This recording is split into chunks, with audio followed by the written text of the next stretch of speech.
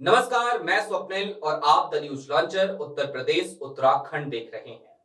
फर्जी डिग्री और मामला किसी और से जुड़ा हुआ नहीं, बल्कि उत्तर प्रदेश के उप मुख्यमंत्री केशव प्रसाद मौर्य से जुड़ा हुआ।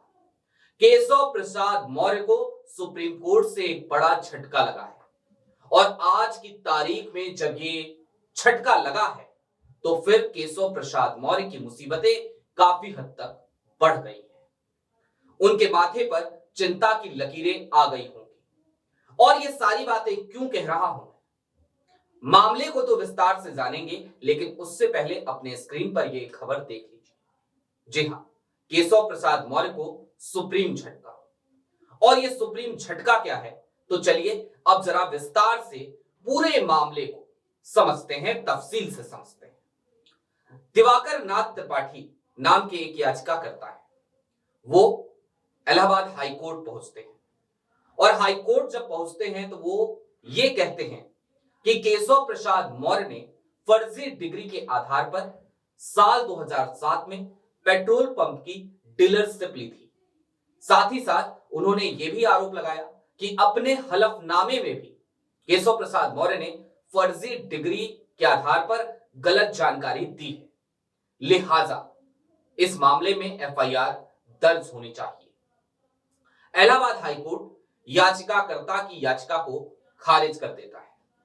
इसके बाद दिवाकर नाथ त्रिपाठी की याचिका जब खारिज हो जाती है तो वो फिर से इलाहाबाद हाईकोर्ट पहुंचते हैं, लेकिन उनसे एक छोटी सी गलती हो जाती है, या फिर गलती कहिए या फिर ये कहिए कि परिस्थितियां कुछ ऐसी बन जाती है। दिवाकर नाथ त्रिपाठी की तबीयत खराब हो जाती है, वो डेंगू से पीड़ित हो जाते हैं और इसी वजह से पुनरीक्षण याचिका दायर करने में उन्हें थोड़ा सा विलंब हो जाता है, देरी हो जाती है। और इलाहाबाद हाईकोर्ट इस बार इस याचिका को यह कहते हुए खारिज कर देता है कि आपने विलंब किया है, इसलिए हम खारिज कर रहे हैं। लेकिन दिवाकर नाथ त्रिपाठी जब इलाहाबाद हाईकोर्ट में उन्हें लगता है कि अब सुनवाई नहीं होगी, तो फिर वो सुप्रीम कोर्ट पहुंच जाते हैं और सुप्रीम कोर्ट में आज जो कुछ भी हुआ उसने उत्तर प्रदेश में एक बड़ा भूकंप ला दिया, क्योंकि फर्जी डिग्री का मामला कितना संगीन है ये आप बेहतर समझते हैं। आज की तारीख सुप्रीम कोर्ट ने दो टूक कहा, इलाहाबाद हाई कोर्ट से कहा, इलाहाबाद हाई कोर्ट के तमाम जज साहिबानों से कहा कि आप जब एक व्यक्ति विलंब होने का कारण बता रहा है कि उसे विलंब इस वजह से हुआ, वो उसके तमाम साक्ष्य दे रहा है, तमाम सबूत दे रहा है कि मैं डेंगू से पीड़ित था, तो ऐसी स्थिति में आप इस याचिका को खारिज कैसे कर सकते हैं? आपको इस मामले की सुनवाई करनी पड़ेगी। और अब दिवाकर नाथ त्रिपाठी की याचिका सुप्रीम कोर्ट के इस आदेश के बाद इलाहाबाद हाई कोर्ट में न सिर्फ स्वीकार की जाएगी, बल्कि इस मामले पर सुनवाई भी होगी।